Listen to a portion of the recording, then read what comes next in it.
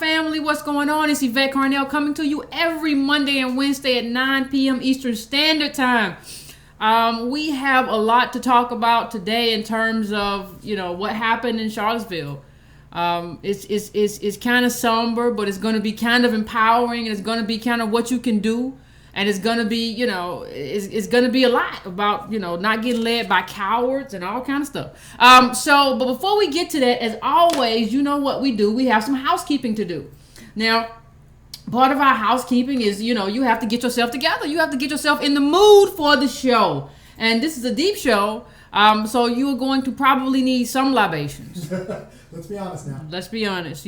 Maybe tonight your Coke, your water. See, don't do too much of the Coca-Cola because those sugary drinks will kill you. So maybe tonight, not as much juice. Get some juice. Maybe some low sugar juice. Get some water. If get yourself something alcoholic if necessary. Get your libations. However you take your libations.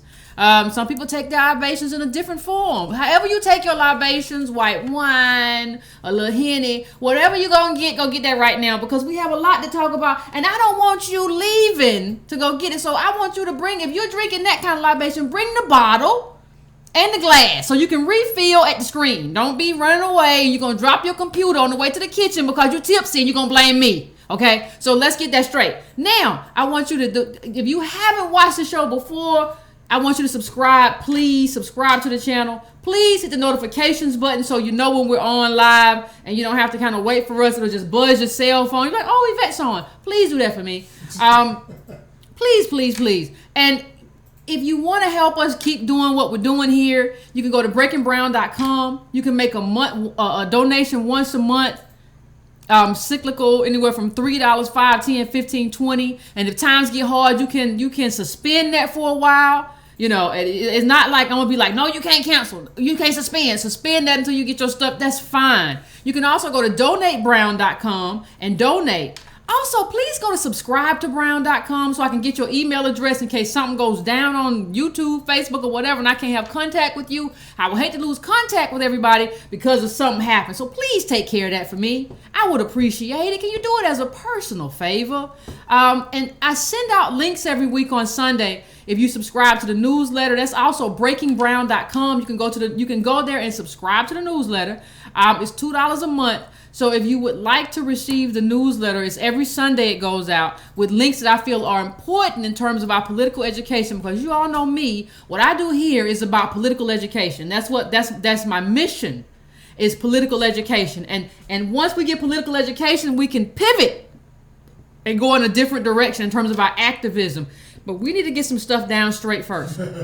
Okay, there's some stuff we got to understand. We might be confused. You're telling me we're a little bit confused? I think some of us are a lot confused. I got some good people in my tribe right here. But I'm saying that a lot of us and a lot of the newcomers here, when I read the comments, because I always go into the comments. Y'all see me in the comments. There's a lot of confusion. There's a lot of misplaced anger too. Because you ain't mad at me. I ain't did nothing to you. And we didn't confuse you either. It's okay that you're confused. Let it go. It's all right. It's okay, all right. Walk it off. A lot of people get paid a lot of money to confuse black people. Yeah, and you got propagandized. So did I. I've been propagandized for a long time. I used to be a diehard Democrat, and I ain't no more. Now I'm all about what's the best for my tribe, and I'll have alliance with other people just like that. Who said they ain't got no libations? What, your water is a libation. Drink your water, cause sometimes libations cost money, and if you don't have lead water, you might be able to get some out your faucet. So, and some of us are gonna have it soon. And I mean, it's really awful what's going on in terms of lead water in our communities. So, I mean, if you can get water, do whatever you got to do. Quench yourself. I want you to be relaxed, because you know why I always tell people to be relaxed? One of the things that I've learned is that you can take in information better when you're in a relaxed mode. So that's kind of why people say, why you always tell people? Because I understand that you absorb better when you're relaxed. You don't absorb well when you're tense. You don't absorb information well. So that's just kind of why I do that. There's always a method to my madness. You think I'm crazy. I'm not. Now, I want to say, first of all, that like my heart goes out, like honestly, to the people who were hurt and to the family of the woman who lost her life in Charlottesville. My heart really goes out to them. I saw people with their heads busted open by white supremacists who came just to say that we better than you in our khakis and like our Nazi outfits and our Confederate flags and our lost cause and us being traitorous. I saw all of that. And I just want to say to those people, I saw all of y'all. I saw the black people out there. I saw the socialists out there. I saw my white boys with bats out there. You want to talk about an ally? That's self-defense. There ain't no violence. That's self-defense. When you do that and somebody drives into a crowd, that's self-defense. You had a right to do what you did. Take out that bat. You had a right to do what you did in terms of defending the people who were there. And, kudos to you for self-defense. We have a right to self-defense in this country. And that's what you were doing. And, all of that. So, what I want to get into, I want to talk a little bit. Everybody know I like to frame stuff. I like to provide a context. So the context for this conversation that I want to address first is General Lee. All this started, we were talking about a statue. A General Lee statue, and the Confederates and the neo-Nazis and the racists and the white supremacists showed up because you're not going to take our heritage. It's heritage, not hate. And it's very interesting when you hear people say it's heritage, not hate. It's obvious that these people that we're talking about who say heritage, not hate are just ignorant.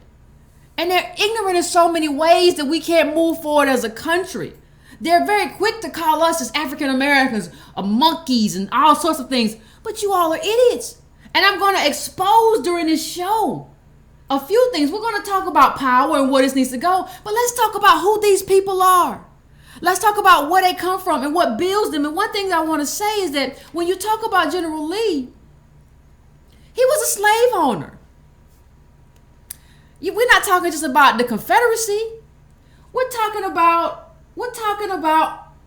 owning human bodies and then fighting for other people to own black people. And that's what we know about him. That's not something that I've guessed or something like that. He owned slaves and fought for that. He argued for slavery. Put up clip number 1, Army. He fought for that. There's something that he said that was, and put it big because I want people to be able to read it. There's something that he said, and this was in the Atlantic. There was a very good quote from this slave holding torturous General Lee that I think we need to address because I want to talk about how this happened. You want to read it? No? Yeah, go ahead. I want to talk about what made this possible because we have to have the context to go into the conversation so that we understand how this was possible and who this person was. Because what they're doing, the racists, they're whitewashing it. And here's what he says. I think it, however, a greater evil to the white man. The white man is the victim. Understand this. In this conversation about racism and black people as slaves, chattel slaves, people in chains, not Irish indentured servants who got to walk off and assimilate amongst white people. We're talking about chattel slaves here. He says, I think it, however, a greater evil to the white man than to the black race. And while my feelings are strongly enlisted in behalf of the latter, my sympathies are more strong for the former. The blacks are immeasurably better off here than in Africa, morally, socially, and physically. The painful discipline they are undergoing, when you hear discipline, read beatings. The painful discipline, read rapes. Okay, let me start. The painful discipline they are undergoing is necessary for their instruction as a race, and I hope will prepare and lead them to better things. How long their subjugation may be necessary is known and ordered by a wise, merciful providence. Their emancipation will sooner result from the mild and melting influence of Christianity than the storms of tempest of fire of fiery controversy. Christianity. How does somebody who beats his slaves? And this is what we know he did as a slave owner. This isn't anything that we're talking about. We know that he beat his slaves. How does someone who beat their slaves, you can take it down. How does someone who beat their slaves? And let me tell you something. This wasn't just about having slaves and even beating slaves. You understand when General Lee, he wanted to beat them personally. He wanted to beat them personally. But when he couldn't do that, he had somebody else beat him, and he said, basically, make it good. Beat him good. That's what he said. And then you know what he said? And you know what he did? If the beating wasn't good enough, he had his people put salt in their wounds. That's who these white supremacists are out there celebrating. Somebody who not only beat their slaves, but put salt in their wounds. Beating you ain't enough. I'm going to put salt. I'm going to make it burn. I'm going to torture you. And these people out there saying that's heritage. That's not hate. That's obviously what they think of as Christianity. That's not hate. That's who General Lee was. Even in terms of breaking up family, in terms of the slaves at Arlington, Washington hadn't done it. He broke a tradition of not separating families. That was kind of tradition there. We're not going to separate the families. He sold them all away. He didn't care. That's who he was. And so you have to put that in the context of the people who showed up in Charlottesville to support General Lee and to support monuments. And what were they doing, Army? Were they raising money for reparations fund? Then you tell me that? Army said they were raising money. This all started with a scheme to sell the statue and use that money for reparations. Yeah. And let me tell you something. This kind of tells me that this whole reparations argument to some of you cowards, black people, are telling me will never be a thing. It's kind of catching on a little bit. The one black city councilman got this through, and that's what happens when you have a black city councilman. But maybe if he got some good black politics, we can do some stuff. Yeah, so he got this through and was like, all right, so we're gonna sell this monument. We can sell it for this much, put it with this money, and then we could fund these like reparations. Yeah, there's a great Democracy Now! Interview with him. Yeah, see, watch the Democracy Now! Interview. If you let me tell you something. One day on this show, I don't remember what day it was. Maybe we can get him on the show. Yeah, we should. We should. One day I said, listen, the only way I would allow a federal Confederacy monument to be in my city is one, you give me a lot of money back in reparations and a lot of institutional support to come for years to come. Not just a reparations payment, but institutional. You give me support from organizations, American institutions for generations. Okay? And I'll be allowed to pee on it every day. I want to write the plaque. Yeah, I want to pee on the plaque.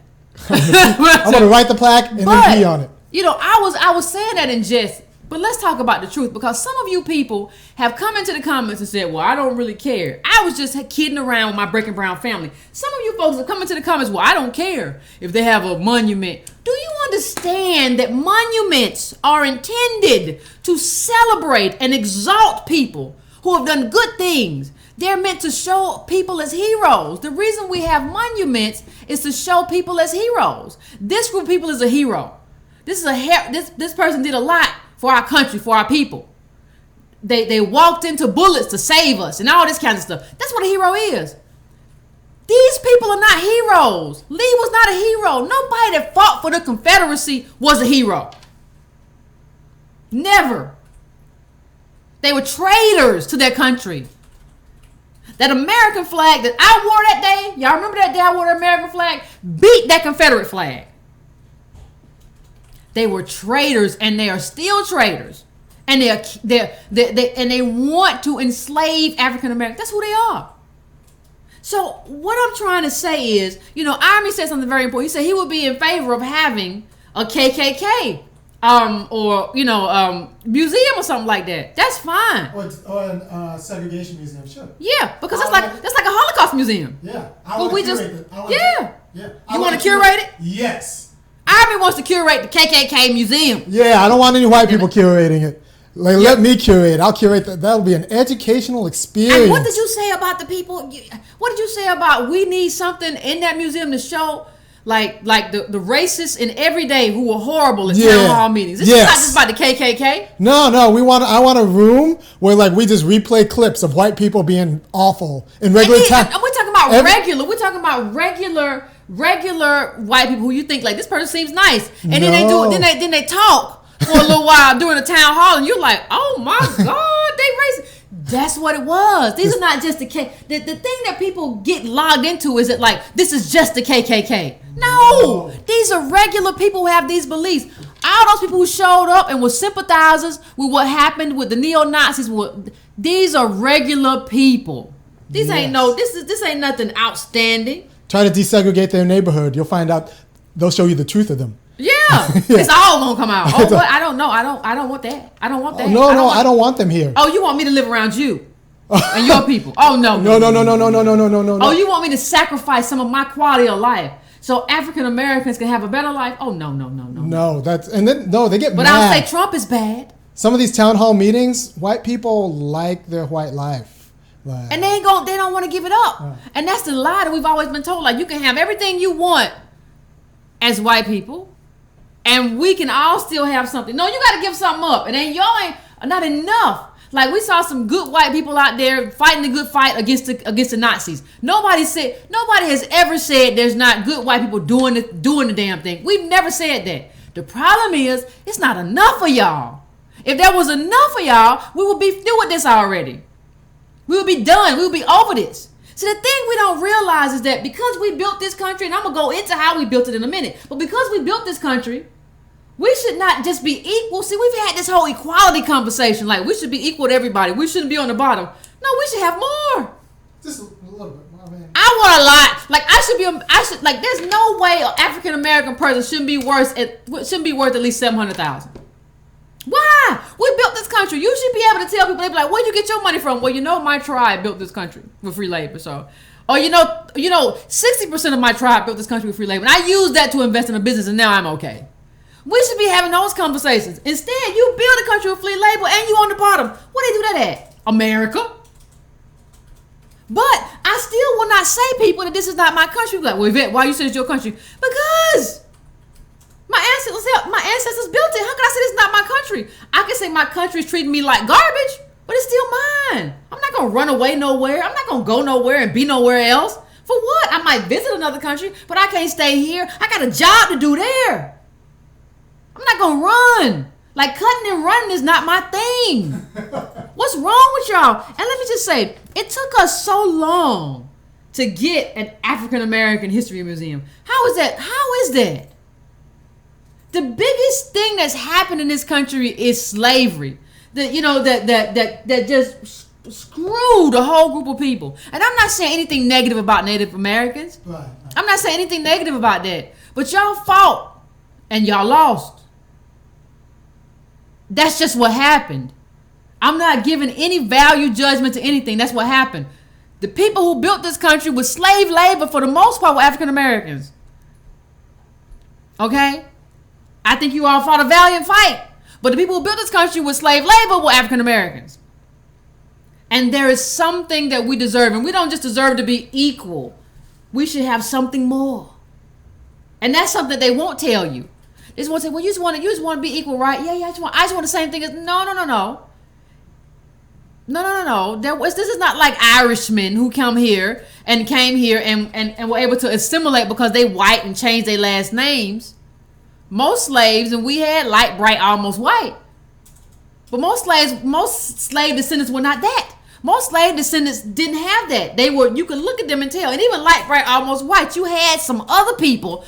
You couldn't get away. You even had black slaves squinting at you like, I know you. I know I can tell it's something going on. You know what I mean? So this is something that we need to consider. And I wanna also put up clip number 2, I mean, that the Clinton, not the Clinton, Lord have mercy, the Clinton's talking about me. The Equal Justice Initiative actually has proposed before putting up lynching memorials, and I think that's a very good idea. I think that's a very good idea.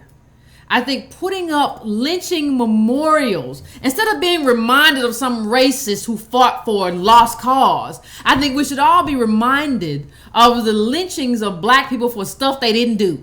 And who was there? Yeah. Who was there? You had all these racist families. It was a get together. Yeah. Standing there with drinks and cheering. Well, cookout, Cookout. Yeah. Enjoying your day. Little barbecue and lynch a nigger. Yeah. Have a little barbecue. We're gonna have a good time. We're gonna go home like somebody didn't just die today. Think about the Red Summer. Think about blacks fighting back and everything that happened during the Red Summer. And I want you to consider that. And I think, what happened in Charlottesville is very interesting for me, in a number of ways, in terms of how it speaks to who we are. And the problem is, a lot of people keep thinking like, well, put clip 3 out. It's just like, well, it's not that big. This is just something that happened. If we get rid of Trump, it'll go away. No. If we just got to get Trump out of there because he's a well, yeah, that's true. But Trump should have spoke out immediately, but he didn't because he exacerbated the problem because he wants to make these Nazis and racists not feel so bad because they voted for him. So I'm gonna say that's violence on both sides. But I mean, this is the image that Army's about to put up. That just kind of spoke to me more than any other image from that. From that, I was brother. You got it. I mean, from any other image of the thing. I mean, he's look at this little guy with his little legs and his little camo pants and this black dude who's just like, I'm just gonna spray the flag with fire, like yeah. So I mean, this is what we have, and these races have always been out of control. That this is not, it's nothing else, it's nothing that has not been out of control for a very long time. We've been leading up to this for a while. 18 states. We're talking about state legislatures. We're talking about local government, state legislatures have proposed laws that make it easier to run over nonviolent protesters. Don't act like we have not been leading up to this point. Don't pretend like we have not been leading up to this point. You have made it easier. You have been trying. And the curious thing is that most of these laws came about within like February, March, around the same time. They came about at around the same time. What does that tell you about how this whole thing is orchestrated in terms of kind of leveling the ability of people, especially black people, because most of the protests from Ferguson to Baltimore have been in black areas. What does that tell you about what they're doing to suppress our right to speak out and suppress our First Amendment rights? What does that tell you about how that's been happening? And let me just go through the list. You can put up clip 5, Aaron. There was a great article about it. You can check it out. And put that clip back up when you're done. I love that clip. That was a great North Dakota. A legislator in North Dakota proposed a bill that would shield drivers from criminal liability if they exercise reasonable care. Nobody knows what reasonable care is, but you can run over somebody. Now, all these were proposed by Republicans, mind you, okay? Tennessee proposed a bill where you could hit peaceful protesters, You just bumped up. You trying to get through. It's all good. Florida proposed a bill to make it a misdemeanor to hit these peaceful protesters. Rhode Island, North Carolina also proposed bills. What they're trying to do, you have to understand. What they're trying to do is make vehicular homicide legal. If you're in the way of traffic and one of the legislators said, well, it's crazy that these people would be charged with a crime for hitting people who are impeding traffic. The only problem with that is that that's not what's happening. You're not having protesters, even when people have ran them over. There are videos of people being run over. There are videos of protesters being run over, Black Lives Matter being run over by these people, but they weren't severely injured. They didn't file lawsuits. We know who you are. Racists always try to kill us. You're no different. They didn't file. So it's not about trying to protect people from lawsuits. It's just about making it easier to run us over and get us out the street. That's all it is. And go to clip 6, Army. I think one thing for us to understand, like what Trump did was absolutely inexcusable, to put himself in bed with these racists and just say it's on both sides. But what I want to tell you is that, as always, even with birtherism, Democrats paved the way. Democrats paved the way for this. Well, how Yvette Democrat paves the way? Because the rise of the violent left, and there were other tweets and different things. There's a great Jacobin article. Go check it out. That talks about this in great detail. How liberals basically, accuse the left of being violent, when the real violent people are over there. It's been like 30 terrorist attacks from white supremacists since 9/11. Those are the people. It's not people on the left. It's not leftists that are doing this. But you have people like Mr. Peter Beinart who are like, well, there's a rise up And how stupid. You ought to feel like a fool. This comes out right after this white supremacist runs into a crowd of people and kills one person and injures over a dozen more. You ought to feel crazy, Peter Beinhart. You ought to be ashamed of yourself. I bet you're not, though.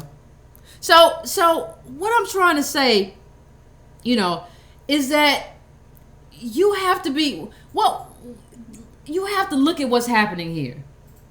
Trump and the liberals are basically attacking the left when the real enemy's over here.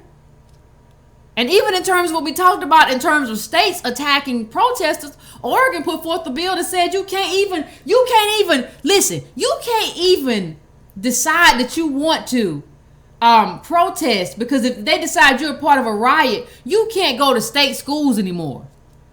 You get expelled. That was an Oregon bill, didn't pass, but that's where they're going. Listen, when we get to this law and order point, it's always about making sure that African Americans don't have rights. So we can lock you up when you get out in the streets and exercise your right to protest. That's what it's about. Now listen, I want to talk about something else. I know everybody's upset about this, and rightfully so. But I want everybody to understand something. Let's not get caught up in how many white supremacists were there, as much as the fact that racist institutions have made it so that black people don't have wealth, don't have quality of life, that we don't have anything. This is bigger, much bigger, people, than just saying, well, these are awful white people. No, America has weaponized American institutions against African Americans for centuries. You think about that. I want you to consider that and consider what that means in terms of your life and your quality of life. But I want to do something else too. Antonio Moore, I know Tone Talks. Antonio Moore's been on here a while. Has come here a while, and we talk about politics and stuff. But I want you to. He put up a video that went viral, and it was about how American slavery explains Charlotte. And it's like, if you get a chance, go over there. It's like 3,000 comments, and I want you to look at the comments. Now let's go through the comments one by one, Armin. It's like from 7 through 13. All right. And I want you to just understand, because I need you to understand what we're dealing with. Just make them big, too, because I want to see. I want you to understand what we're dealing with. Because let me tell you what I think's happening. We had a lot of people in the civil rights movement who fought and died, ended up in jail, all that. And so because they left and died early, now we're just left with a bunch of cowards. Like the boomers who were around then are just a bunch of cowards. And y'all have learned everything y'all know from cowards. That is so unfortunate, and it might be true. Yeah. The ones who survived. That's part of the problem. And the real ones died. The real ones died or in jail. Some of the people are still in jail. Some of those people were beat down so much you never gonna hear from them again. And so the ones we're left with is the ones who are like, girl, I'm not gonna go out there and protest. Oh, brother, I'm not. I saw Medgar go. I'm not going out like that. I'm not going out. I'm not going out like that. That's the problem. Make it bigger. Bigger, all right. Yeah, make it my whole face. I want to see the whole thing. We gotta talk about this. Because this is a problem. There are a lot of problems. All right. You ready? Listen.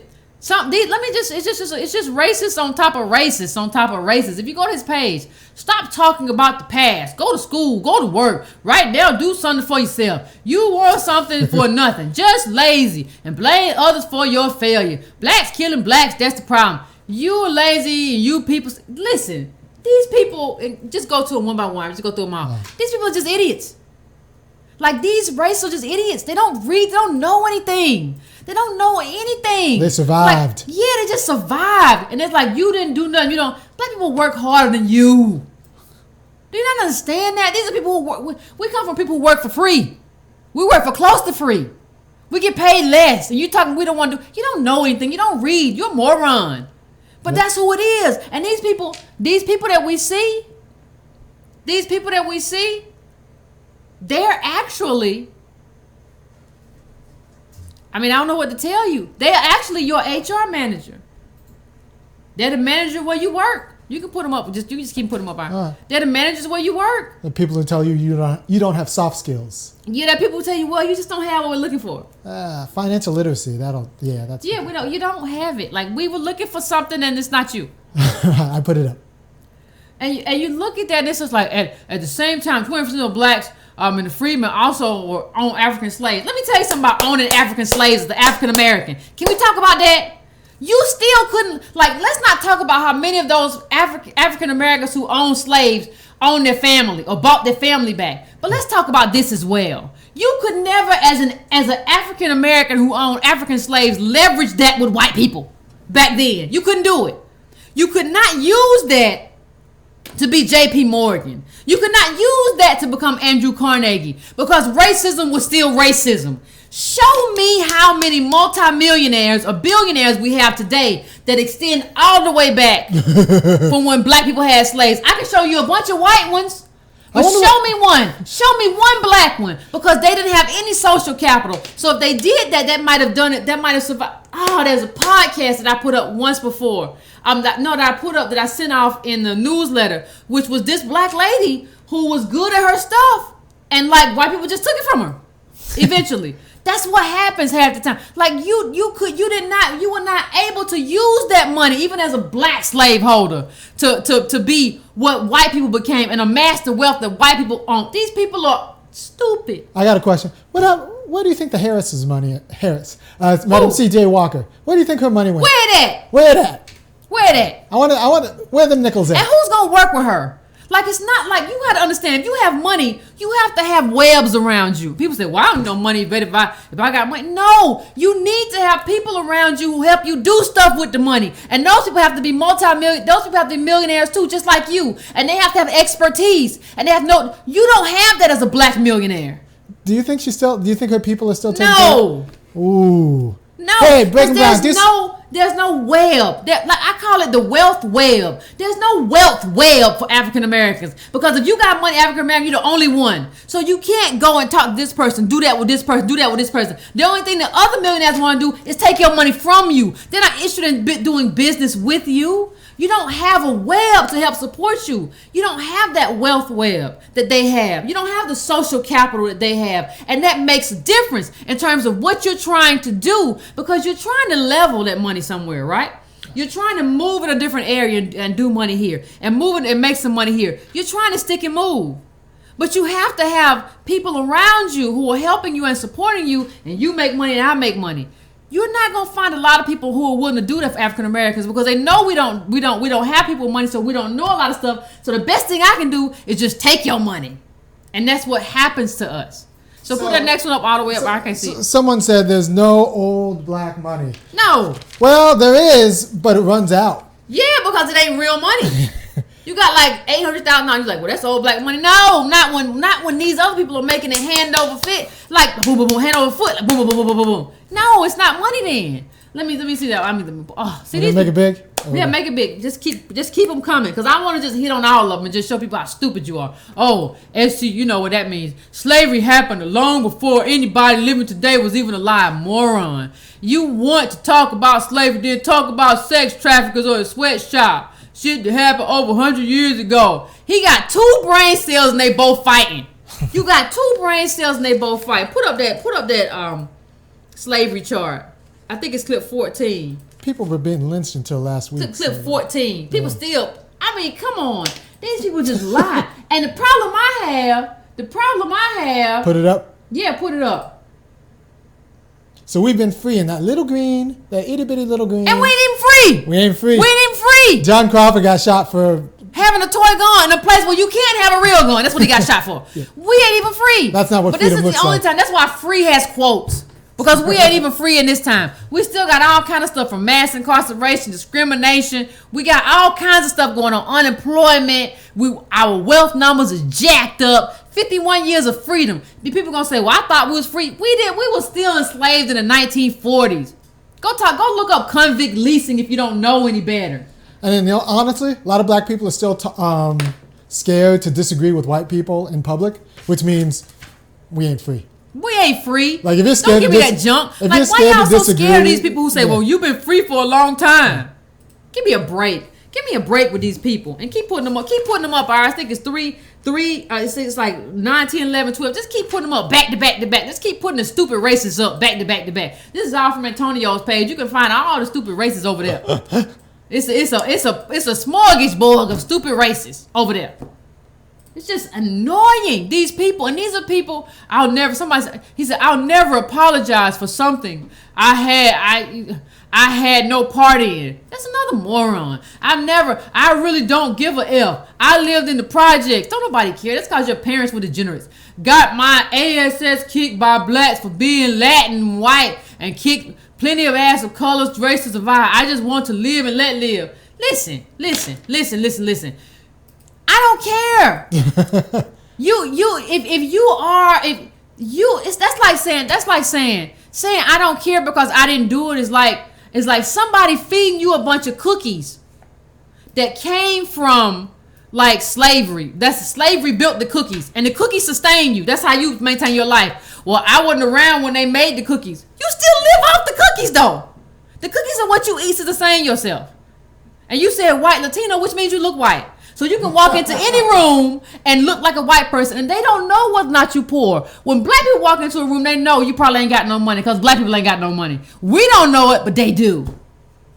Ain't none of it. Middle income $1,700. That's it. So let's go to the next one. Go to the next one, Iron. Just keep them coming. Get the F out of our country, you ungrateful NIG. YouTube let these people just go wild. We built the world. Why is Africa one giant mud hut full of, what they got to do with me? Mud hut full of soldiers. Because you're over there doing stuff, because imperialists are over there doing stuff they ought not be doing. That's why it's a mud hole. Because whites are superior intellectually and genetically. You have no vocabulary. You just a moron. You all know that deep down. Why do you think you're so mad about it if it's not true? Why is America Africa such a shithole if guys like you aren't retarded? I tell you what reads like retardation, that comment.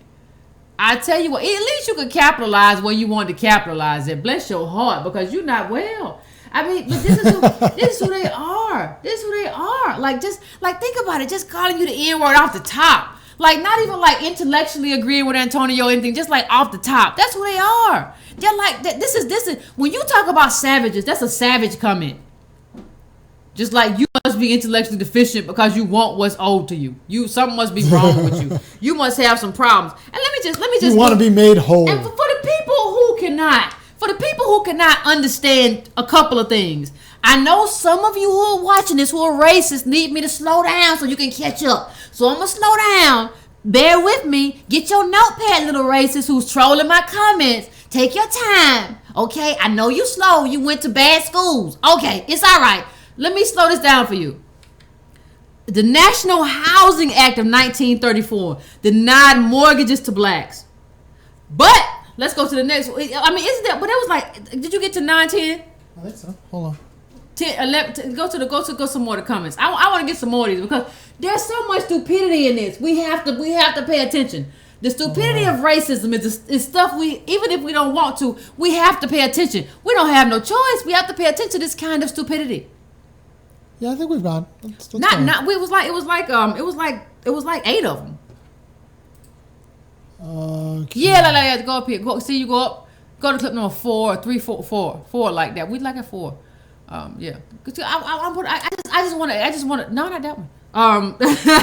It's clips number 7 through 13. So I think we did like 3. No, we did a lot of them. Go to 9.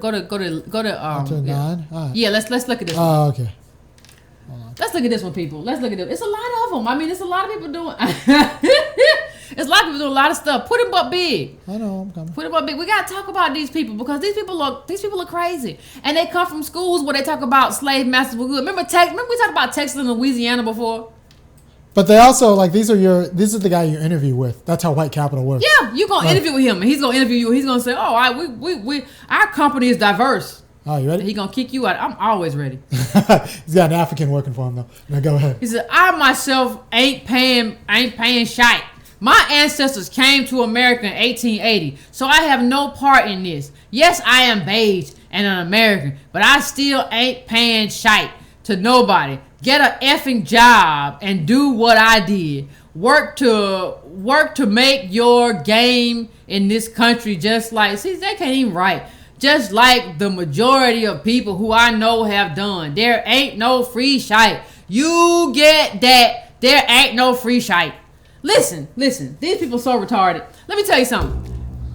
He's talking about his ancestors came in 1880. They were white. When you look at the New Deal programs, if you were Polish or Irish or whatever, you had access to them. These government programs catapulted your Polish, Irish, wherever you came from, Slavic, whatever, to the middle class. We didn't have access to them because white racist society, you know who's going to be excluded from these New Deal programs? I can tell you exactly who it's going to be. It's going to be domestics and the agriculture workers. Those were, you know what those were? Those were most black people, especially in the South. They were agriculture worker and domestics.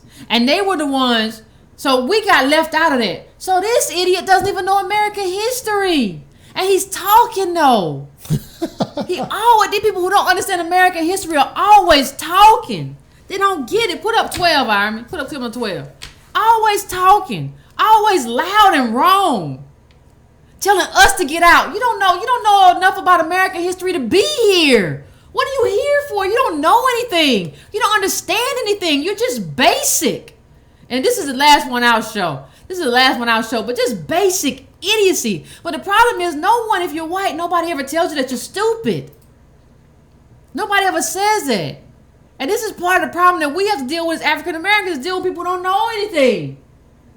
And it's crazy to me that these people get to run ramshod over at Antonio's page. But if I say anything, we've seen a lot of black people go off YouTube, but for saying stuff wrong. But these comments, y'all don't have any control over these comments. You could put a room with people just to ban all these races. Another thing again. Oh, this is the same one I think happened a long time ago. We already put up the chart. That shows how long ago it happened. Stop talking about the past. Put it on.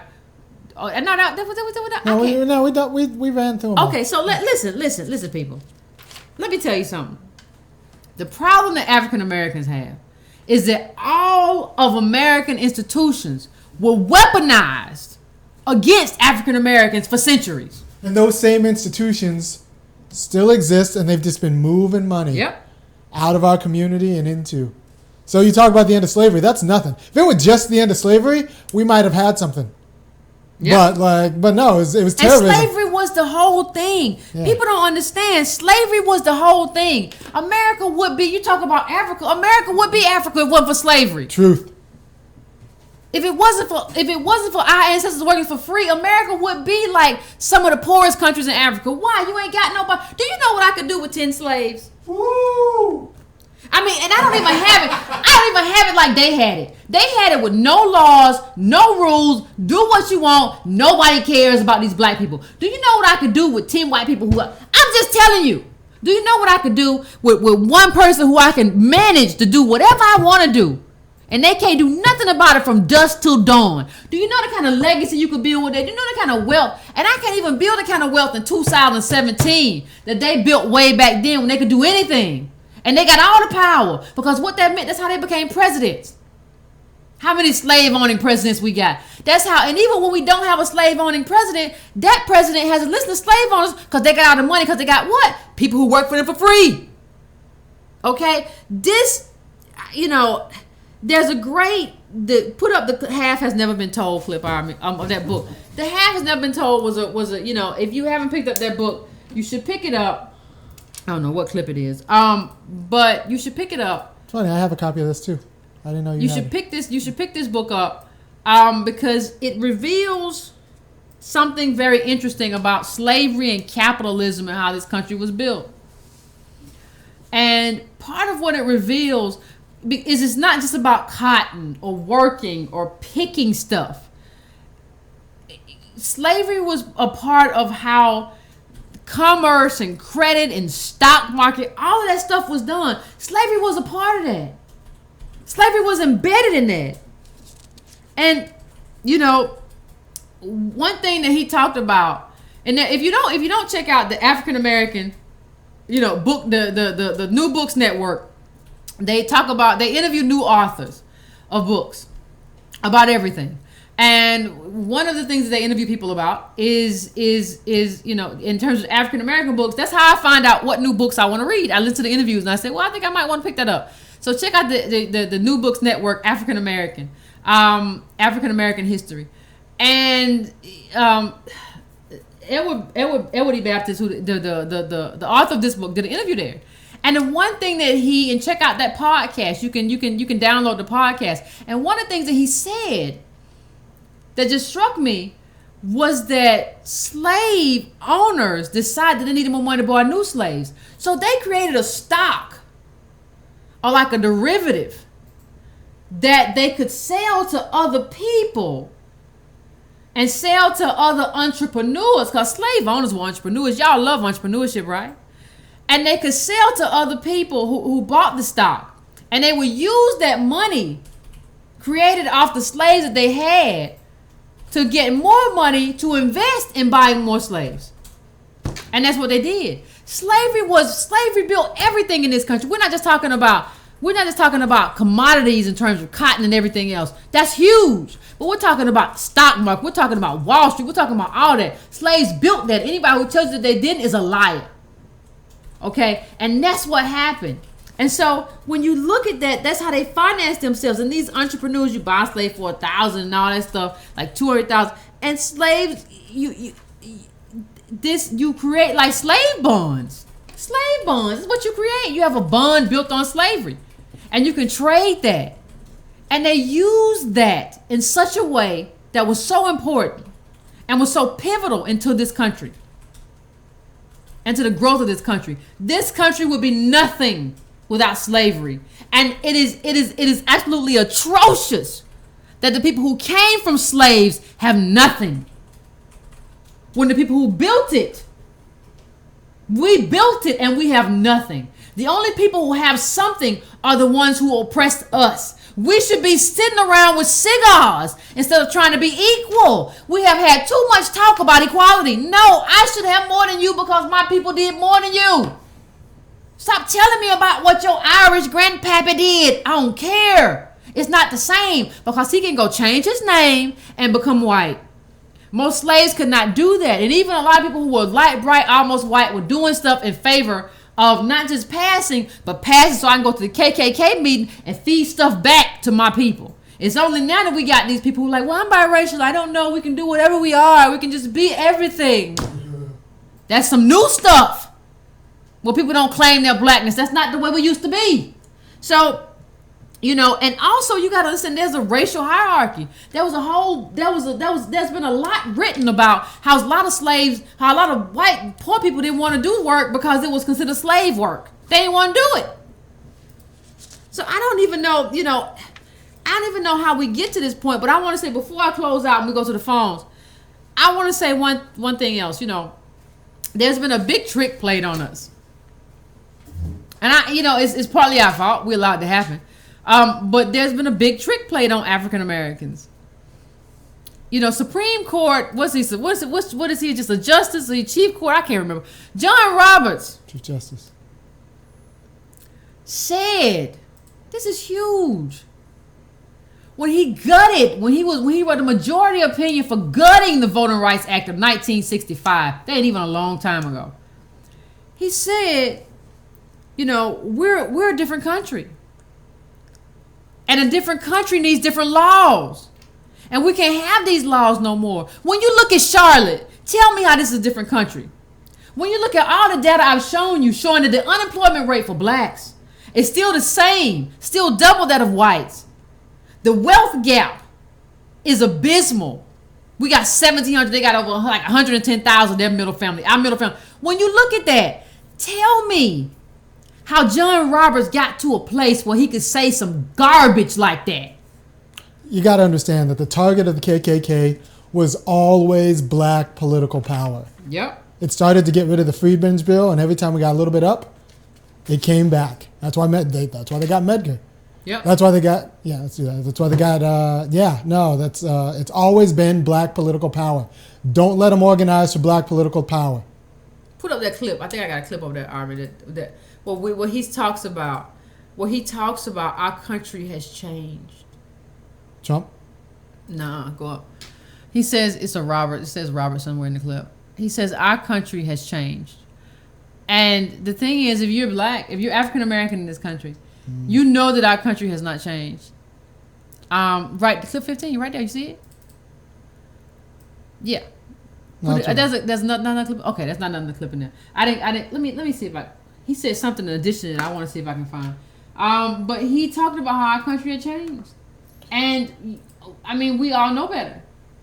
We just all know better, and so I think at some point, if I was in DC, I think I'd protest him. I would protest his house. You told us this had changed. Don't just hide in there. You told us our country had changed, and look at all these Nazis and racists running over people. You need to go back and visit this verdict. Who do you think you are? Who do you think you are? And you need to make him face, because understand it, because of what he said and because of what he did, they have redistricting maps now. And they don't even have to take us into consideration. They used to have to go to these southern states who was part of the voting rights. They had to go to the federal government and say, review this, and the government had to say, the feds had to say, okay. They don't have to do that no more thanks to John Roberts. But when people get ran over, he gets to hide in his house and act like ain't nothing happened. And act like that's not a problem. And act like he's not complicit in this racism.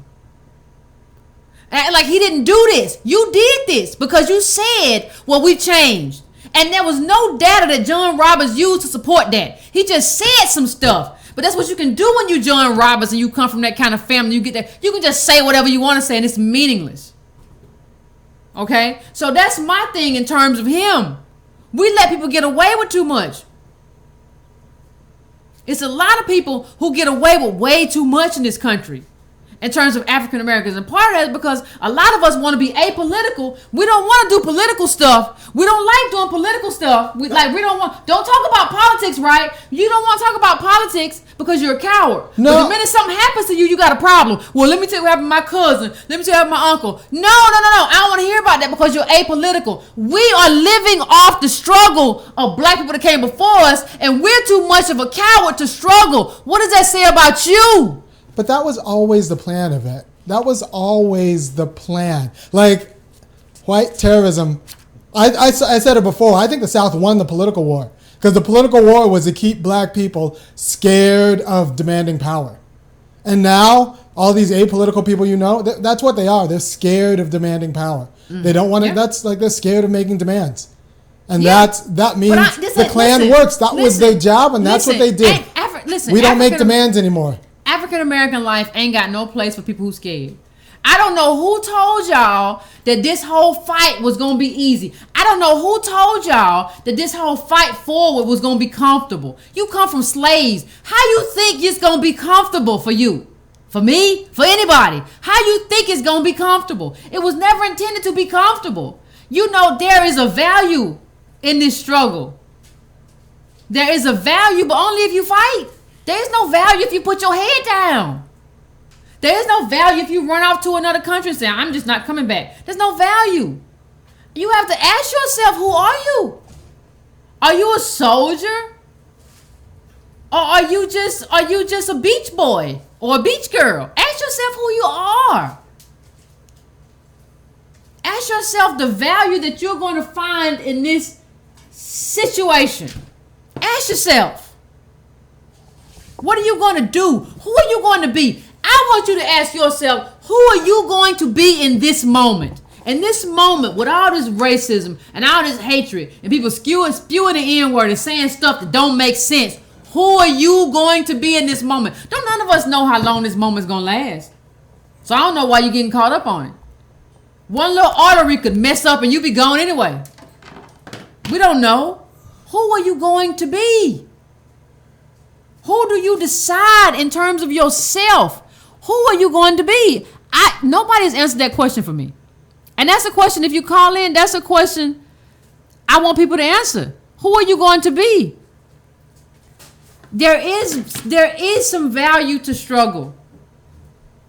But there's no value if you don't fight back. There's no value if you say I got my sofa TV in my car, and I don't really want to be a part of this. We don't have a space for apolitical people. And let me tell you something. If you got somebody in your life who is apolitical, what you need to say when they come to you asking for and talking and bemoaning stuff, be like, well, you won't believe what happened to me. I don't want to hear it. We got to start being strong against it. I'm talking about on an individual level. If you got somebody who said, I don't want to watch Breaking Brown, I don't want to watch Yvette, I don't want to hear about politics, I don't like politics. When they come to you and talk about something that extends from racism on an individual level and say, well, guess what happened to my sister? I don't care what happened to your sister. Well, she got discriminated against. Okay, well, I want to talk to you about racism a long time ago. We didn't want to talk about it. I don't want to talk about it now. I wish her the best, and I'm gone. Tell them that. We got to stop treating these people good. These are not good people. These are selfish people. They don't want to get out there and do anything for the collective. They don't even want to sit here and learn about something they need to know. But then they want to bend your ear when something happens. Well, you know, my cousin in jail. Can you loan me $500? I have nothing for you. I wanted to build last month. And you didn't want to build, so you get nothing. We got to start being direct. And we got to start setting up boundaries. And we got to start making sure these people understand. So, I mean, you know, I just, you know, that was a great, before I go to the phones, that was a great, it was like 3-4 years ago. I know I'm not going to be able to find it, but that was a great PBS episode. It was on the radio. I was driving somewhere for a few hours. And they were talking about, in terms of our mission, the Voting Rights Act, they were talking about how in one city, I think it was like Alabama, they had an election scheduled, and because the black person was scheduled to win, they rescheduled it. That's the importance of the Voting Rights Act, because they can do that. They can say, ooh, the Negro's about to win, and they can reschedule it. The value of the Voting Rights Act, that they would have had to take that to the federal government and make a case for rescheduling it, and it would have been rejected. That's the value. But John Roberts said, we've changed. That's what John Roberts said. And nobody is holding him accountable. Nobody is holding him accountable for what he did based on change that doesn't exist. And nobody's thinking about how we got bought up and played out by Barack Obama, because since he was a black, brown, a caramel president, he caramel. We thought, oh, well, people, that gave the illusion, okay, this is real change. And it was nothing but more of the same. And that's what we got. It's not any easier for us. It's just that the barriers have changed. Nothing's any easier for African Americans. 30 attacks by white supremacists. I'm going to say it again since September 11th. Nothing has changed for us. Nothing is better for us. Give me a break. So are we ready to go to the phones? Yeah, Antonio sent me something pretty interesting. Okay, go ahead. Hold on. Give me a second. So I mean, I just don't understand what anybody's talking about. I just, you know, really, I don't get it. I want to take a call and then bring up with Antonio. And one of the people who come in on Antonio's page said, I'm not gonna give you anything but lead. I don't know whether he meant bullets or water. Hello? Hello? Hello, Yvette. Hey, how you doing? All right, what's going on? This is Chris, man, from D.C. How you doing? I'm doing all right. I want to leave a comment on you were talking about like what black people what stance are we going to take? You know what I mean? Yeah.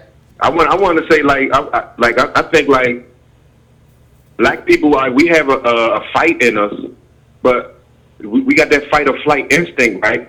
But white people are killers, man. White people are killers, man. You got to take it a step above fighting. Fighting is like, okay, we fought for civil rights and all of that shit. That shit don't work.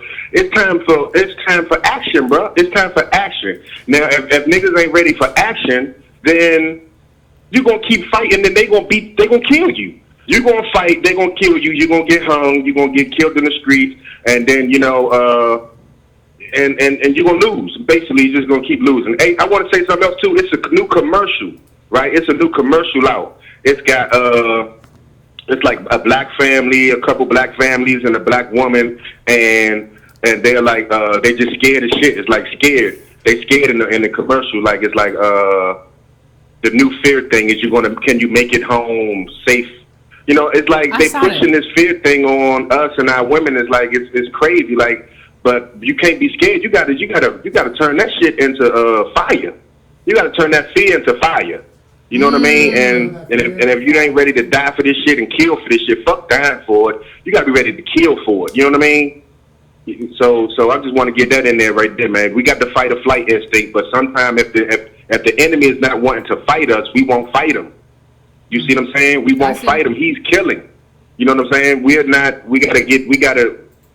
So are we to turn barbaric and as beastly as the beast, or do we stay African? You know what I mean? I want you to kind of respond to that. Do we turn as beastly as the beast to because he only understands one language. That's maiming, killing, bombing, bombarding. Or do we use our African minds to try to think our way out of this? Or do we turn into the beast to conquer the beast? That's my question. Thank you, Carl. I appreciate it. Well, I think I'm not gonna bomb nothing. I'm not gonna act violently, but I will act in self-defense. I think anybody. I think you are allowed to act to defend yourself. You said you're not gonna act violent. Actually, you will. To defend myself. Yes. To defend myself, I will act violently. Not aggressively, not proactively, but I will act to defend myself. And I think he's right though. I think Black people, African Americans have gotten, I don't want to say too attached to life. I want to say just like feeling like we're almost like aristocrats. Like fighting is something that we're going to have to do, like risking ourselves. Just like being on this channel, Iron and I are risking ourselves. Like I think risking ourselves is something that we're going to have to do. And I think somehow we've gotten past that. And I mean, honestly, the thing that I think myself all the time, I live in a world of bone, and I'm bone and flesh in a world of concrete anyway. Right? So like, I always think to myself, anything can happen at any time, and life is not promised. I don't think most of us think that anyway, though. We're caught up in luxuries, and I want to get my hair done like this, and I want to watch the football game on Sunday.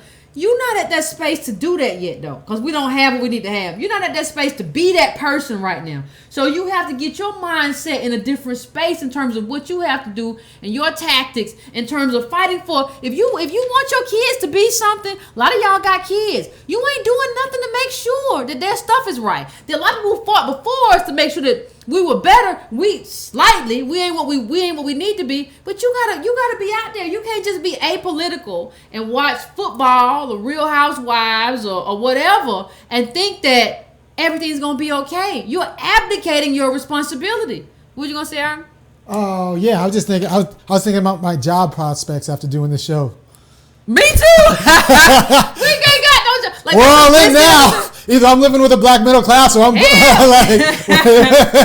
my job prospects after. Nope, I'm committing to this show. So you all come. You be like, y'all aren't really. Yeah, we are, because these videos are everywhere. I can't go just sit for an interview now and be like, hello, I'm yeah, you don't look like other people, and if I'm getting recognized, that means like I get recognized all the time because I look different too. Yeah. People recognize me immediately. I even see people who don't know they recognize me, but I see them like, so I get recognized immediately. So we're in this struggle. Yeah, you got to be in too though, because if we in by ourselves, we're screwed.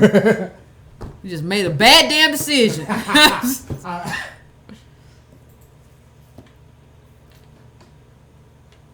Hello. Hello.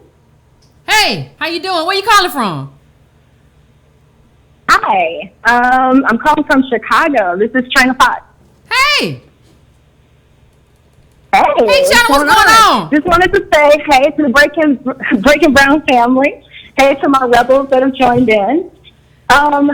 You said that you wanted someone the callers to answer a question of what side they stand on. Okay. First off, I want to thank you for invoking this political spirit in me that I haven't had in a very, very long time. Because it's been very, very, the morale has been low. Okay. And the optimism within our politics has been very low. And you've definitely invoked this spirit in me that hasn't been in many years. Okay. And so that's why I promote you so much, and that's why I believe in the education that you're giving. Because I see it working. Very so good. Thank you. Thank you. In regards to what's going on in Charlottesville, I agree wholeheartedly. I'm not impressed.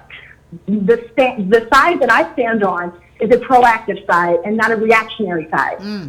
And this whole thing has been sensationalized. We're reacting to regalia, Nazi regalia. symbols. We're reacting to tiki torches. Okay. But what we're not looking at is the organization that these people have. What we're not looking at is the institutional protection that these people have. Yes. What we're not looking at are the people that stayed home, the people who are in cahoots with them, the judges, the lawyers, the doctors, the teachers.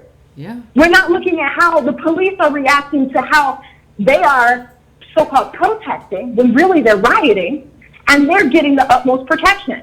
And the media is controlling our anger. It always happens in the summertime. It always happens when it's hottest.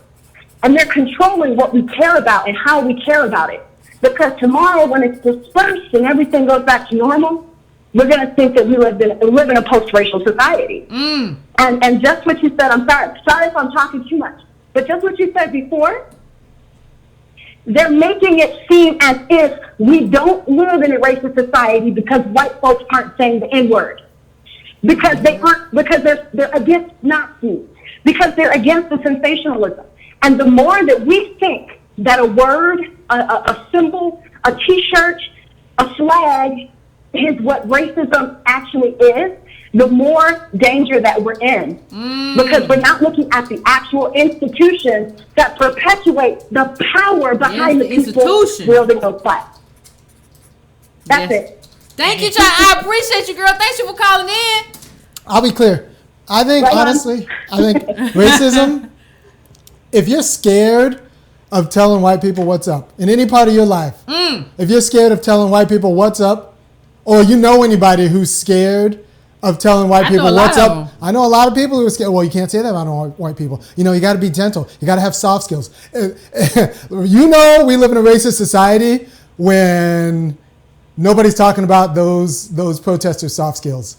Like, but we gotta make white people comfortable. If you have to go out of your way to make white people comfortable in any aspect of your life, we live in a racist society. Yeah, we do it all the time. We have to, because they have all the wealth, all the control, all the power. And it's like what China said was very important about organization. Like, nobody's talking about, like, these races got together and organized like that. Yeah. What does that tell you about what we need to be doing as African Americans? What does that tell you about how we need to come together and do something specifically for us? What does that tell you about what we need to be doing instead of BS that we're doing? Tea Party got themselves a president. Like, they got themselves a Senate. Like, when white people get mad, they organize, take political power, scare everybody else off, and they got themselves a president. And the media, and I think the media is controlling how we feel. Yes. Because the media is controlling. She said that too. China said the media is controlling our anger. And that's true, because what they're basically saying, I heard a lot about peace. And something you said, Army, was very important about power. Like, the opposite of white supremacy isn't peace, it's black power. The opposite of white supremacy isn't peace, it's black power. And that's very important. Because black power isn't trying to take over the world or anything like that. We just want our cut. And that's a really big cut. Like, that's a big cut. That's a big cut. It's a big cut. It's going to make some white people nervous, but we want our cut. That's what black power is. We want our cut. And the goal of white supremacy is to scare us from asking for our cut. And we got Obama. Whose job was to get black people to stop asking for our cut. Yeah, we got Obama. We don't need nothing else, right? Right. Obama's job, he knew his job. Get black people to blame themselves. Get black people to stop asking for government to demand their cut. And the thing is, like, when I heard her say they're trying to control our anger, because what they're doing is just like trying to get us towards the mode of peace. Like, this is not about peace for me. This is about power. Like what and what white institutions are going to share power with black people? I want you to share, and I'm not talking about just in Congress, dude. You got to share power with us on every level, but you don't want to do that. You don't want to share power with a large amount of black people, of African Americans, and not just African Americans, like African Americans you've been trained to spend power with. I want you to sit with me in a room for 4 hours. If you can't do that, then you're not ready to share power. If you can't do that, listen to everything I got to say, and not run away or just be a coward and just be like, well, Yvette, you're offending me, then you're not ready to share power. And what we got to deal with is the amount of these people, of white people, who are just not ready to share power with us, who want to talk a good game but don't want to show power. Again, shout out to them white boys who was socialists and was there doing their thing, and white girls too. I appreciate y'all, but the problem is it's not enough for y'all to do what I need to do and to make the moves I need to make.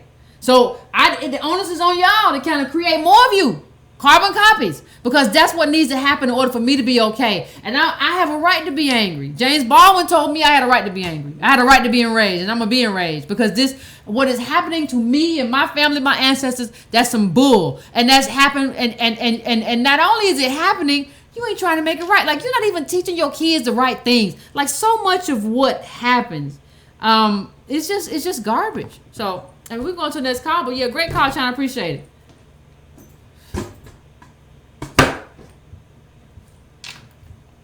Yeah. Hello? By the way, that city councilman was trying to get black people their cut, and that's why the Klan came. Yeah, that's why the Klan came. You ain't finna give no redistribution to who? Black people? No, we're not going to. African Americans? No, we're not going to do that. And that's the fight we need to fight. Yeah. Thank you, West Bellamy. That's a fight we gotta fight. Like, how do you say you gonna opt out? Because this is what most of us. But I'm just not gonna. Everybody got right their opinion. They got to right to free speech. Let me talk about that free speech thing for 1 second, please. Can I talk about the free speech thing for 1 second? Listen, ACLU. I understand you support free speech, American Civil Liberties Union. That's fine. You can support the KKK. As long as when I drop Al-Qaeda off or ISIS off on your block, you'll support them to march up to your town square and protest. If I drop ISIS off, you'll say, okay, if I say I have this ISIS group with their black flags, but they just want to protest what's going on in Palestine. If you're going to allow me to do that, then I'll say, okay, you in your neighborhood, not nobody else in your neighborhood. You need to do that in your neighborhood. Then I'll say, well, maybe you're trying to be fair. Don't tell me this is about free speech when these groups have a history of violence. You ought to be ashamed of yourself. You know you would never let me drop Al-Qaeda or the spokespeople of ISIS off in your neighborhood. But you want to drop these, you want to support these Nazis and Ku Klux Klan. You don't know black life enough to be doing that and supporting that. This is not about free speech. Like I said, they have a history of violence. That's a big deal. Yeah, it's political terrorism. It's a terrorist Yes, political terrorism. That's what happened. And you do have blood on your hands, ACLU, for that. Because these groups have a history of violence. These are not just advocates for a specific thing. They have a history of trying to kill African Americans and Jewish people. The Nazis and the KKK for us, they have a history of that. You're supporting violent extremists, not just people who have a different point of view. Stop pretending like this is about speech and not violence. Let's go to the next caller. Yeah.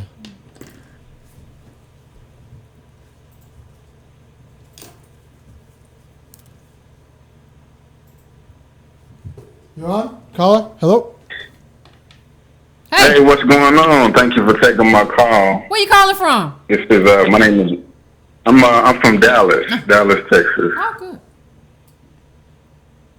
Okay. And I just want to say, Yvette, I love what you guys are doing, and Yvette especially. I love your tone. You don't hold anything back. You tell her how it is, and then you're very aggressive. And I just want to encourage you to keep doing what you're doing, because if you do, it'll just wake more and more black people up. And to answer your question, go ahead. No, I just said thank you. I appreciate that.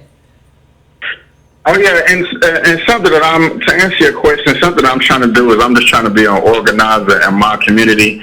Like, I'm pretty sure you've heard of the GroupMe app.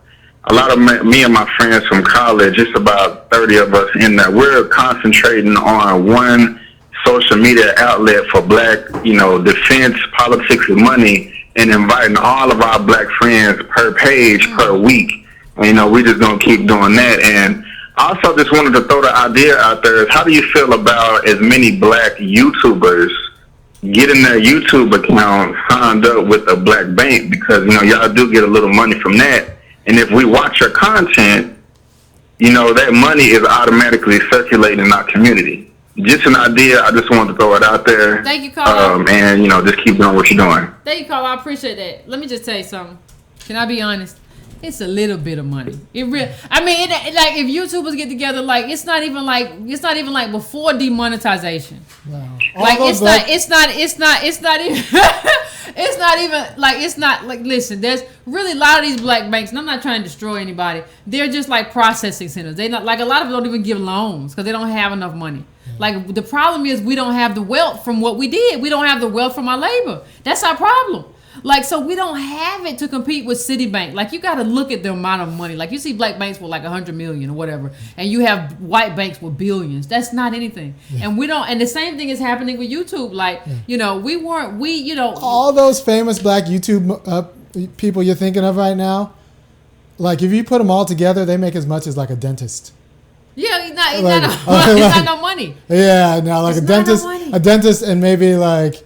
And it was more before, but it still wasn't no money. Like, I don't know what people think about YouTube, but like, really need to look up YouTube. Yeah. Like, no, it's not no money. We pool all our money together. It's still not like a regular job. No, like, it ain't. We suffering. We struggling. I mean, lima beans. Like, no, that's not. No, but white YouTubers, because they got a million followers. Yeah, because like PewDiePie, I always tell people, PewDiePie got like 15 million followers or some stuff like that. He does video games or some stuff, but we didn't get here, like, and we couldn't have got here. Like, it's just different. Like, it wasn't here for us to do that. Like, and our people weren't here for us to do that.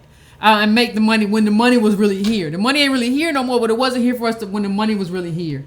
And like, getting a lot of views. I had something that got like 175,000 views or something. It made like $300. I mean, and that's 175,000. Like, yeah, that's not like that's why, and that's why it always irks me when people say, "Well, you're doing YouTube you're just trying to make money. You're just trying to get clicks." No. The clicks don't count like that no more. Do you understand that?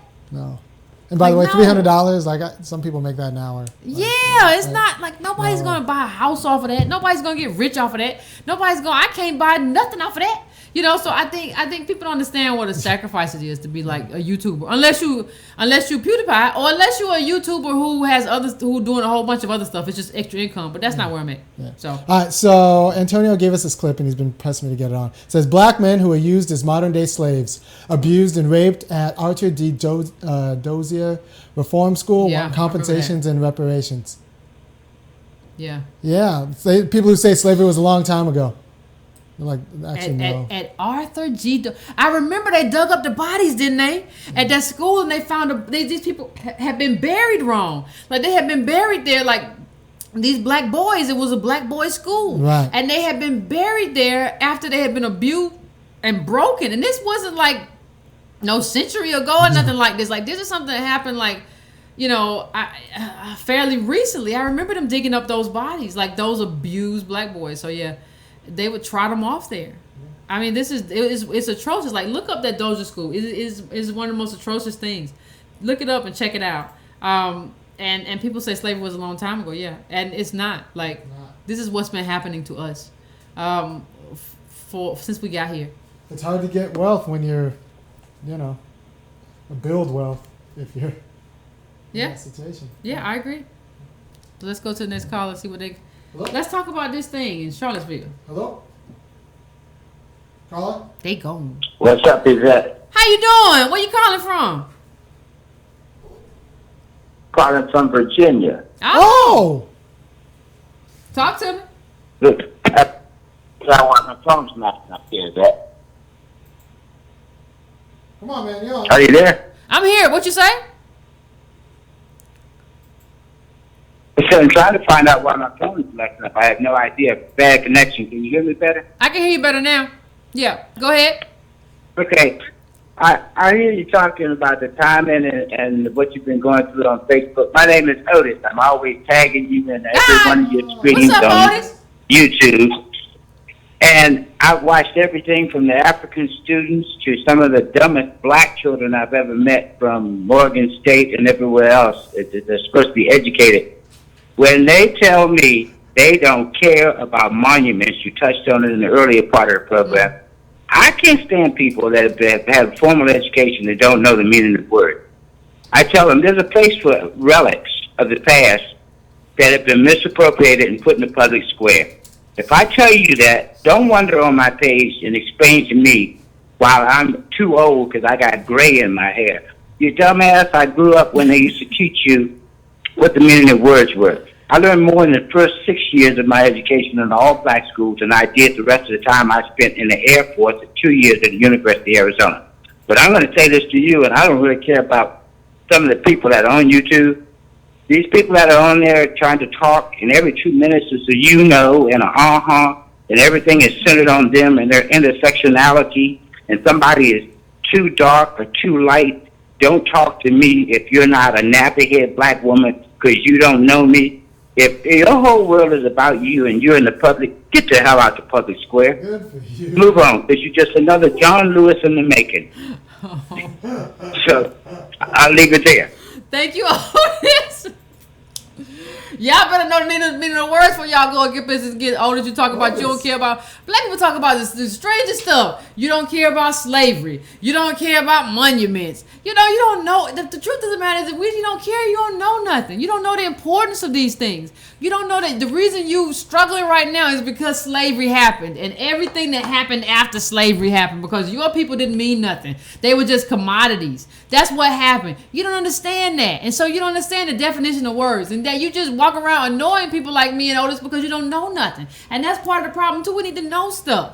You need to be able to understand stuff. And that's a big issue. Like, you just walking around saying, you don't ever hear Jewish people say, I don't want to hear nothing about the Holocaust. Why would anybody say that? It don't make no sense. You shouldn't say it either. This is important. This is a big deal. So, I agree with him. But go ahead. Nice to have Otis come in. Yeah, good. Thank you, Otis. I appreciate you. Otis from Facebook. He tags me in a lot of good stuff. Yeah. Let's figure out the pulse.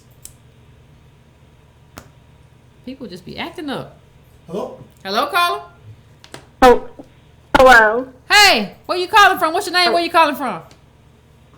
I'm calling from Florida, and I don't want to put my name out there. Make up a fake name, sweetheart. Make up a fake name. It don't gotta be your real name. I need something to call you. Okay. Let's make. We're gonna call you Jessica then. Come on, what's going on, Jessica? Oh shoot. Okay, Jessica. What's going on? Okay, I started a video a few weeks ago, or a few episodes about working. Like, you don't have to just build a business. You can actually work like for a black business. And that really struck home to me, because I feel like if everyone's trying to make a business and then you don't have any money coming in because no one's working, like, you can't make anything if you don't have any workers. And I don't know, I just felt like that hit home because I hate my job, but then I realized this job is paying the bills and I can do something on the side that will make me feel empowered and help me with, like, our people. Or you can get with your other employees, depending on your job, and like bargain as a unit. She can't. Well, Well, I work in the medical field, and I work with a lot of racist people, and it's sort of hard where I'm at to find a decent job. Yeah. So keep your job, I guess. Yeah, keep your job. Keep your job, Jessica. Okay. Keep your job, Jessica. I appreciate your call. Yeah, you got. But I wanted to say thank you. Thank you. I'm trying to get my boyfriend into what you are saying. I appreciate that. And this is totally off topic, but my grandpa told me a story about our great grandfather who got killed from the KKK in Atlanta. Okay. And it really hit home to me because he gets upset because he feels like his grandchildren aren't in tune with what happened with our ancestors. And so I will call him all the time to just teach me how to cool down and not to lash out and to keep my composure, because I feel like this generation has no type of, I guess, like self-respect. Like, not everyone's an elder, but some people are elders. All right. Yeah. Thank you. And appreciate it. I just wanted to say thank you for what you're doing. I really appreciate it. Thanks. Thank you. For the record, that's where she should be getting her money from. Like, her grandfather who got lynched. Like, that's where, like, I bet the people who the KKK members who rode out that night, they're doing fine. Their grandkids are doing fine. Like that black terrorism matters. Yeah, I agree. It's chilled our politics and it's taken away her inheritance. I agree. I agree. And thank you, Jessica. I appreciate it. Let's keep it moving.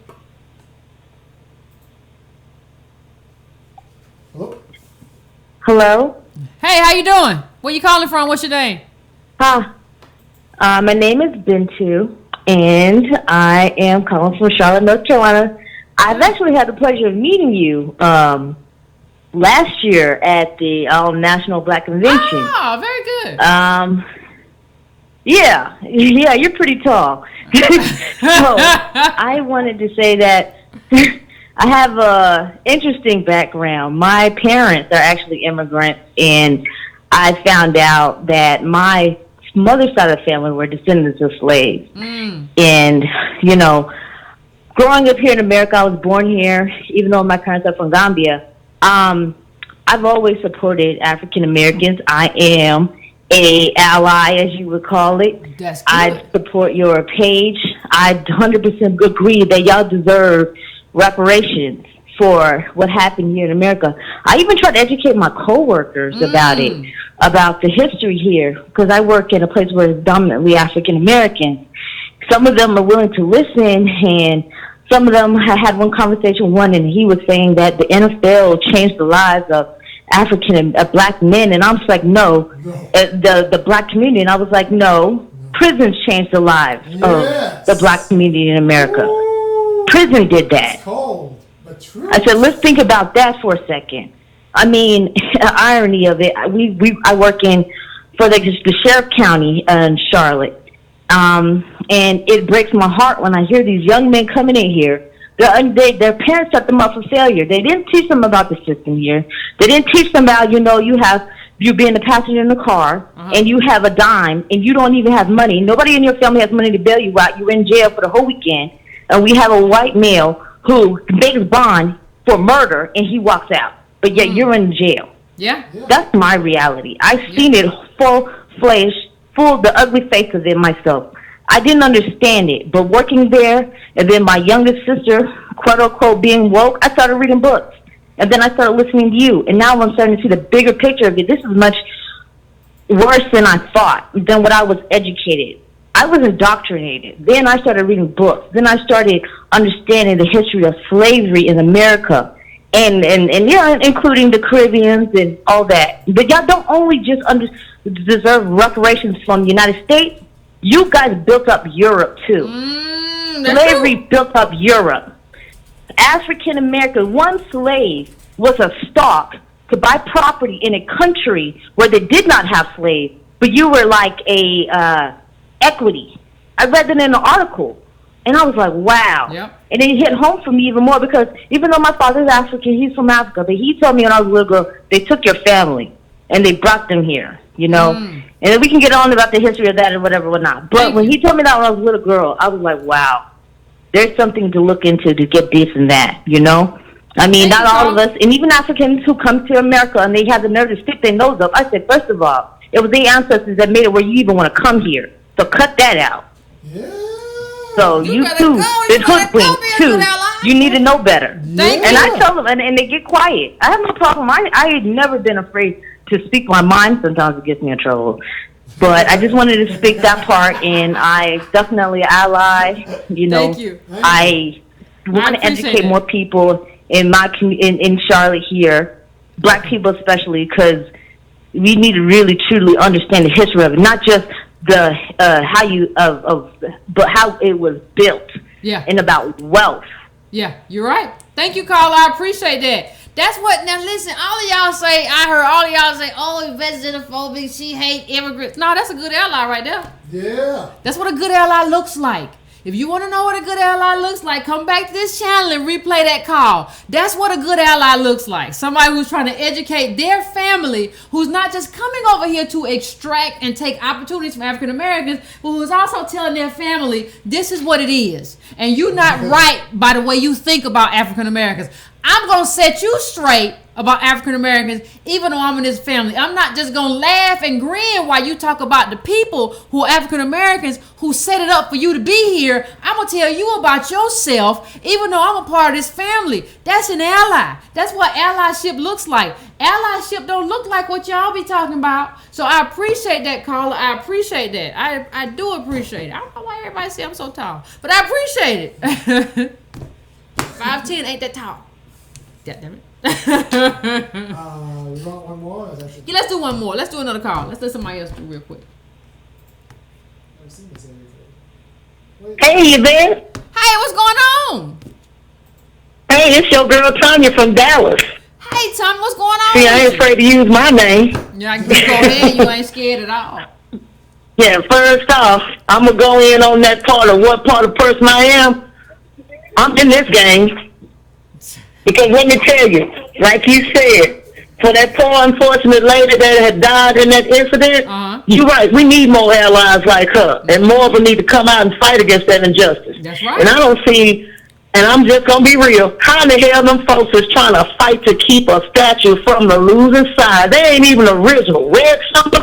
Hello, 1921, didn't we went through that before? Don't they know history? They so ignorant, they repeating stuff, all they doing is rebranding it. With them tiki torches and them Starbucks coffees and them little loafers and stuff like that. But hey, that's what they doing. That's what they doing, yeah.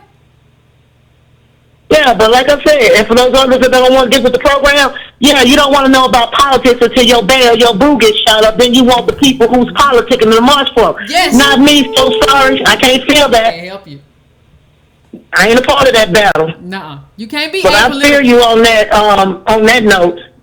But I'm just going to let you go ahead and go. I'm just letting you know I'm one of them ones willing to fight for mine. I got 2 cheeks, and they already been turned. And then I will even speak of a particular incident that was probably in a local newspaper in Dallas when they tried that stuff in Oak Cliff of Moss in South Dallas. When them black people exercised their right to protest and protect, and that was the Black Panther Party of the local Dallas area. Wow. They ran them right up out of there, coming there with this, gonna do this and gonna do that, and they protested here. You don't even live in this neighborhood. Why you worried about a mosque in the cliff? Ooh. Get on back. Take your Starbucks with you. Take your Starbucks And that was with a you. good one. Yes. Well, I'm going to go ahead and end this conversation. It was a great show.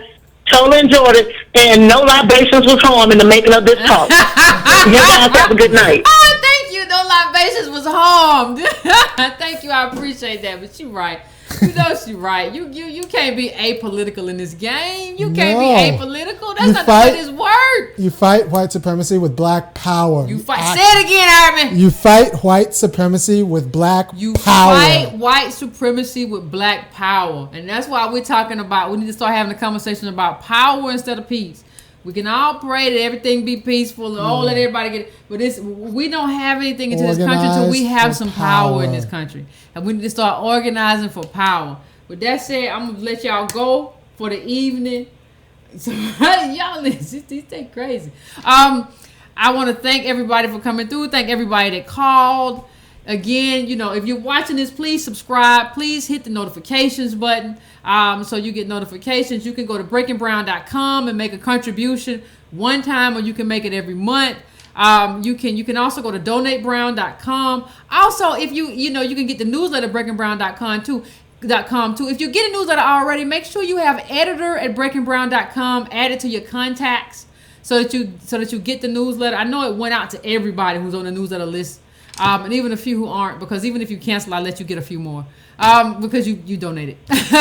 But just make sure you do that and set everything up the way it's supposed to be. Check your promotions folder for the newsletter.